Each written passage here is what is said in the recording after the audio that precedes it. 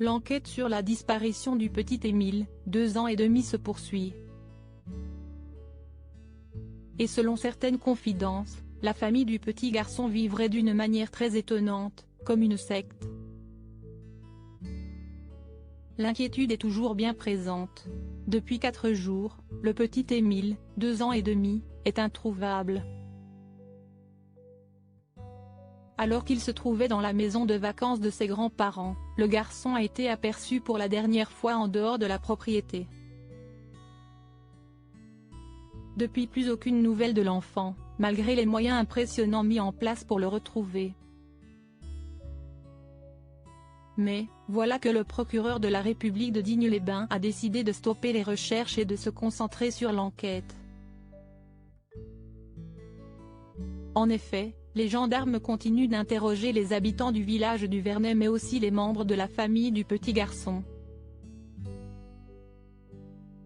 Car il semblerait qu'Émile était en présence de plusieurs proches le jour de sa disparition. Information importante, puisqu'auparavant seuls les grands-parents avaient été annoncés aux côtés de l'enfant.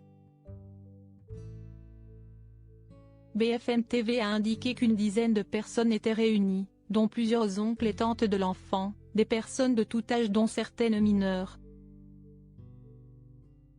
Ces confidences troublantes sur la famille du petit Émile, nos confrères du Parisien, qui sont allés interroger des habitants de cette petite commune mais aussi des proches de la famille d'Émile, font également des confidences assez étonnantes, voire inquiétantes. Pour certains, simple supputation, la famille d'Émile vivait un peu comme dans une secte, écrit le quotidien. Les enquêteurs analysent avec précaution le passé des membres de la famille d'Émile.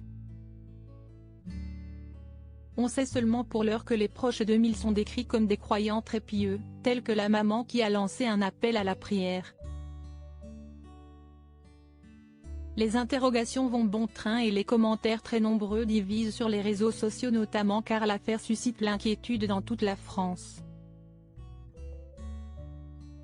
Dans le village du Vernet, les soupçons vont bon train et chacun tente de montrer qu'il est innocent. Il y a une chose de sûre, si esti Kouichi, on est solidaire de tout, affirme aux Parisiens une habitante.